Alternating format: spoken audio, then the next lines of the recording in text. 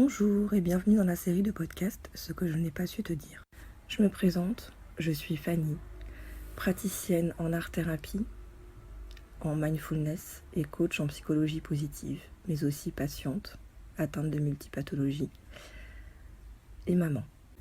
J'espère que ces épisodes vous toucheront et vous permettront peut-être d'exprimer les choses à vos proches et plus ou moins proches que vous ne parvenez pas toujours à dire.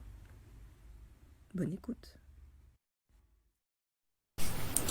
Cher toi, j'avoue que cette semaine je ne trouvais pas de justesse dans ce que j'avais déjà pu écrire. Je suis dans une période où prendre soin de soi, guérir ses blessures et apprendre des leçons sont particulièrement de mise. Et c'est ok. On a le droit et besoin de ce temps pour soi quand la vie tangue un peu et quand le cœur se fait plus lourd. Il y aura toujours des gens pour te rappeler que tu n'es pas assez présente, ou pas assez ci, ou pas assez ça. Ceux-là même qui ont de manière générale la critique vive et facile et qui évitent soigneusement les temps de solitude. J'ai appris à prendre soin de mon cœur, à m'entourer de personnes franches et bienveillantes. Et pourtant cette semaine j'ai vécu un épisode douloureux et d'une certaine manière assez violent. Avec cette personne, je sais que c'est le fond de notre relation, qu'il y a peu de positivité dans nos échanges, peu de réciproque, de bienveillance, même si l'amour est présent. Mais je me disais qu'au vu des circonstances, il n'y aurait pas de place pour l'ego, l'orgueil et les préjugés. Et honnêtement, j'étais pas prête. Ni à cette fin de nous recevoir, ni à faire finalement comme si je n'existais pas, probablement parce que j'existe un peu trop. C'était un bon reminder de l'entourage que j'ai construit où il n'y a plus de place pour ce type de schéma relationnel. Habituellement, je me détache au mieux, je n'attends plus grand chose et je continue d'aimer parce que c'est la seule chose à faire. Et que mon cœur est fait comme ça. Je pense qu'elle n'a pas idée des jours et des larmes qui ont suivi. D'une part parce que c'est rare et d'autre part parce que j'ai arrêté d'essayer de lui renvoyer la toxicité de notre relation. Je ne sais pas si elle ignore l'amour, l'estime que je lui porte ou simplement la peine qu'elle me fait. Tout ce qui m'est dit et renvoyé, c'est ma petitesse, mes erreurs et tout ce que je ne suis pas.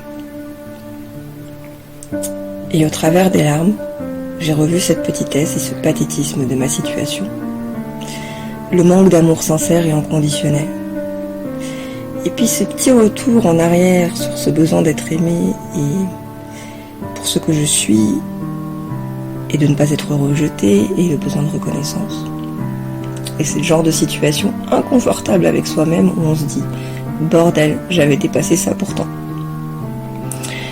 J'ai donc pris quelques apéros avec moi-même, tricoté, écrit, et au détour d'une autre conversation, j'ai compris quelque chose. Quelque chose que j'avais peut-être soigneusement évité de regarder jusqu'à maintenant. Vous avez deux types de personnes aimantes, celles qui vous aiment pour vous-même, et celles qui vous aiment pour le reflet d'eux-mêmes dans votre regard. Et il s'avère qu'avec la maladie au quotidien, supporter de voir un proche souffrir,